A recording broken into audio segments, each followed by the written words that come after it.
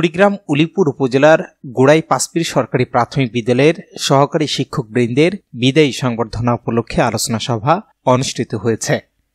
বৃহস্পতিবার দুপুরে বিদ্যালয় মাঠে বিদ্যালয়ের প্রাক্তন ও বর্তমান শিক্ষকদের আয়োজনে বিদ্যালয় মাঠে সহকারী শিক্ষকদের বিদায়ী সংবর্ধনা অনুষ্ঠান ও আলোচনা সভায় খারিজা কামাল সরকারি প্রাথমিক বিদ্যালয়ের প্রধান শিক্ষক মাহফুজুর রহমান মুকুলের সঞ্চালনায় সহকারী উপজেলা শিক্ষা অফিসার জাকির হোসেনের সভাপতিত্বে প্রধান অতিথি হিসেবে বক্তব্য রাখেন জেলা প্রাথমিক শিক্ষা অফিসার শহীদুল ইসলাম।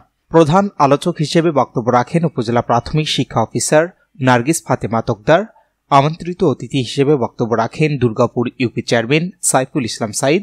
বিশেষ অতিথি হিসেবে বক্তব্য রাখেন সাবেক উলিপুর উপজেলা প্রাথমিক শিক্ষা অফিসার আমির হোসেন, গোড়াই পাঁচপীর উচ্চ বিদ্যালয়ের ভারপ্রাপ্ত প্রধান শিক্ষক শহীদুর রহমান, খামারবজরা সরকারি প্রাথমিক বিদ্যালয়ের প্রধান শিক্ষক জহুরুল হক সহ আরও অনেকে। উল্লেখ্য, ওই বিদ্যালয় থেকে বিভিন্ন সময়ে অবসর নেয়া ৮ জন সহকারী শিক্ষককে বিদায়ী সংবর্ধনা দেয়া হয়।